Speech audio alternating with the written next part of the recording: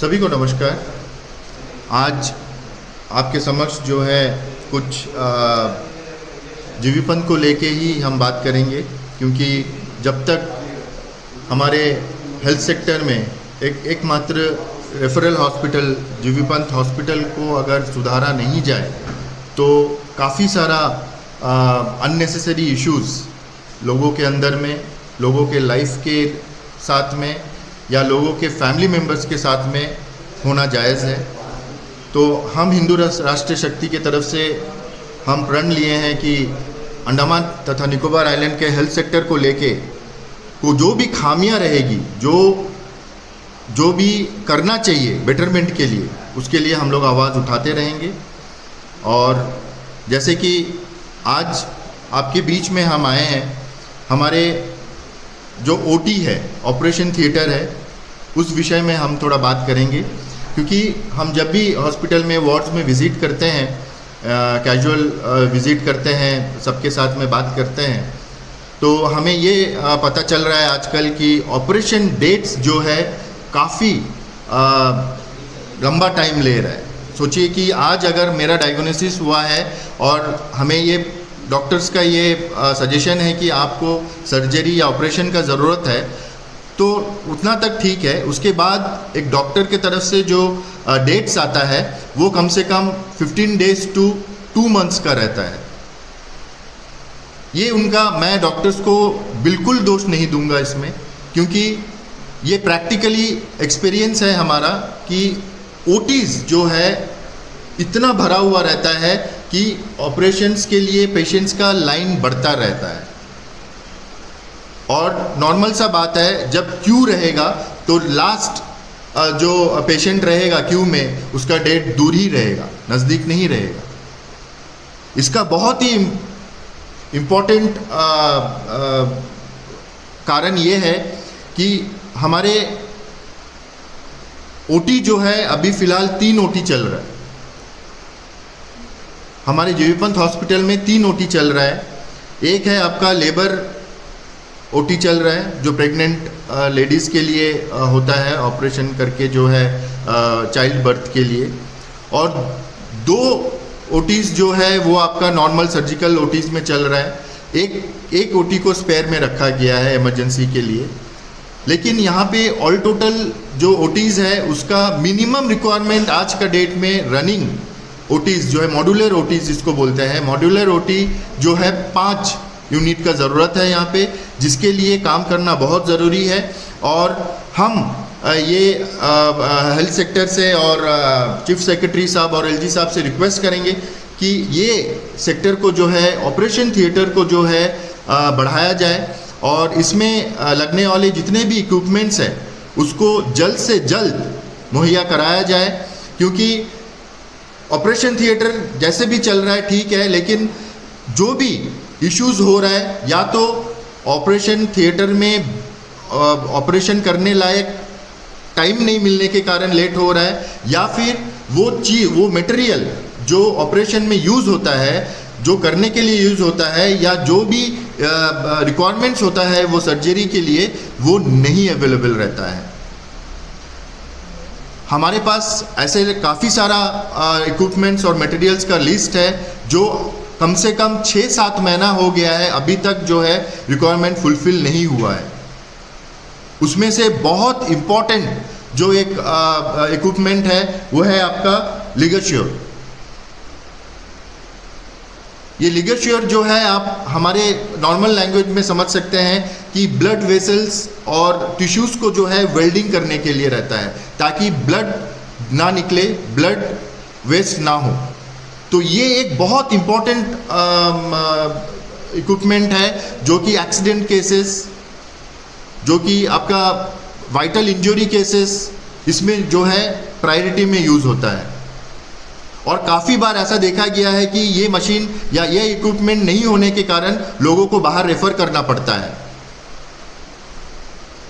तो एक इक्विपमेंट नहीं होने के कारण अगर आइलैंडर्स को लाखों रुपया दे के बाहर में परेशानी उठाना पड़े एक ट्रीटमेंट के लिए, तो इससे बड़ा शर्म की बात तो और कुछ हो नहीं सकता है। मैं रिक्वेस्ट करूंगा कि जितने भी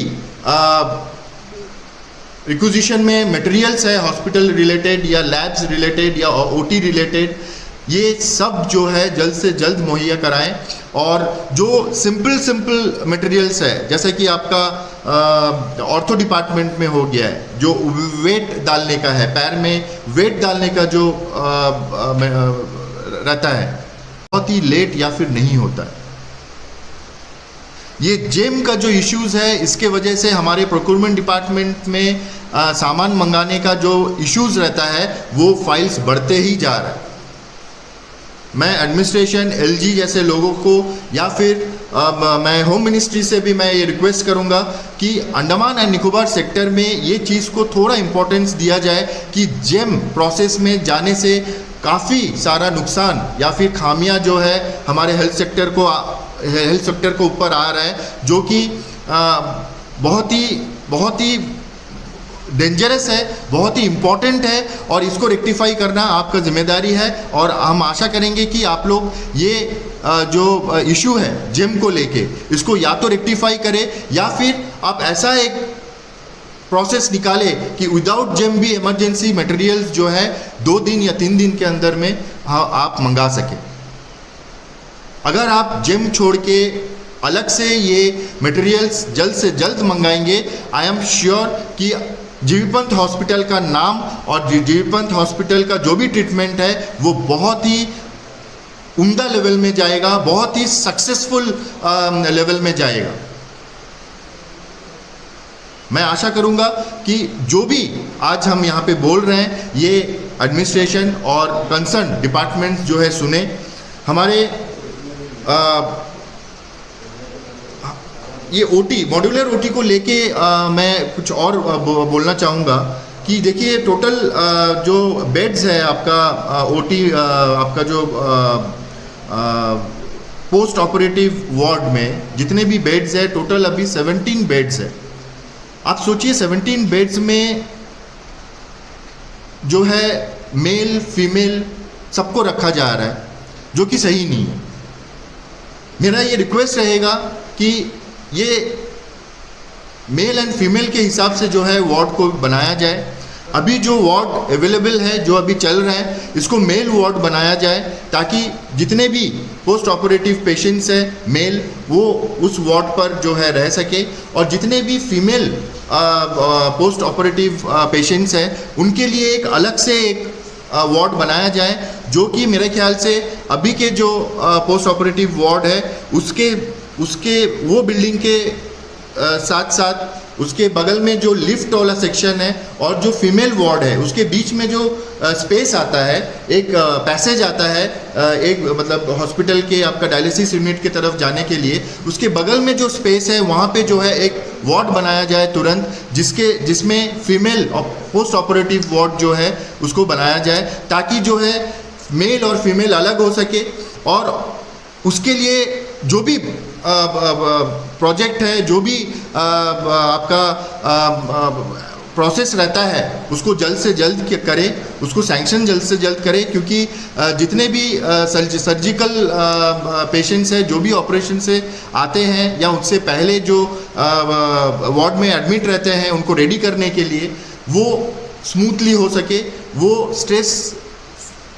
बिना जो है ये ऑपरेशंस वगैरह उन लोग कर सकें, क्योंकि यहाँ पे इतना रश हो रहा है कि पीछे में जो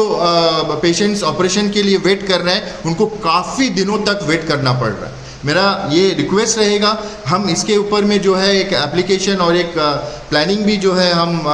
हिंदू राष्ट्र की तरफ से मैं देना चाहूँगा। ये एक हमारे तरफ से एक इनिशिएटिव रहेगा, इसमें कितना काम होगा नहीं होगा ये तो रेस्पेक्टिव ऑफिसर्स और एडमिनिस्ट्रेटिव ऑफिसर्स समझे। मैं रिक्वेस्ट करूंगा कि हमारा जो भी